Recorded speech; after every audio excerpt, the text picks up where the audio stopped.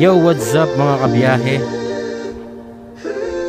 Ako nga pala si Mike at mahilig akong bumiyahe gamit ang bike. Kaya tara, kwento ko sa'yo kung paano ako nagsimula na mahilig sa pagbabike. Mito for the beat. Ako nga pala si Mike at tanong ng mga tao bakit ako nahilig sa pagbabike. Hala sige, makinig sa aking storya. Nagsimula nga pala ito noong pandemya. Natigil ang pampublikong transportasyon, walang masakyan, paano na ito ngayon? Buti na lang may suggestion ng aking repa. Bakit di ko daw subukan na magbisikleta? Kaso nga lang, meron pang problema. Nataon pa na wala akong kapera-pera. Kaya pinahiram niya ako ng 4,000 pang dagdag pambili ng bisikleta na bago. Road bike nga pala ang aking nabili, swak sa budget at ito aking napili. May 21, 2020, dito nagsimula ang bike to work ko daily. Nang dahil sa pandemya, ako'y naging siklista. Di ko akalain na aking makakaya. Hingal man sa pagpadyak, pawis ay pumapatak, kita ay umiiyak, kahit pa na malubak, isa lang aking tiyak. Lubos akong nagagala kung di nagka-pandemya. Nung nakaraan, itong pagbisikleta ay hindi ko ito masisimulan.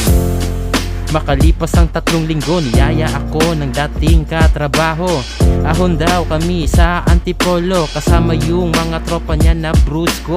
Grabe yung takot na aking inabot, ang ahonan sa tikling nakakakilabot. Di ko akalain sa Pililya ako'y aabot.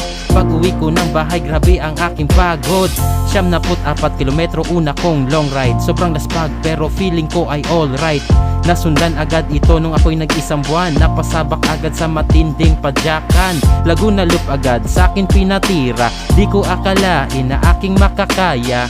Simula nun ako ay na-addict sa pagbisikleta, laging nasasabik.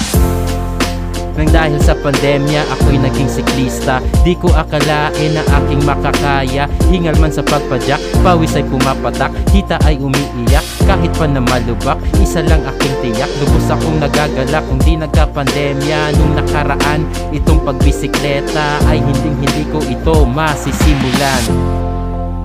Marami pong salamat sa mga master ko na sa akin nagpamulat na parte ng buhay siklista ang pulikat, pagkalaspag at mga matatamo na sugat.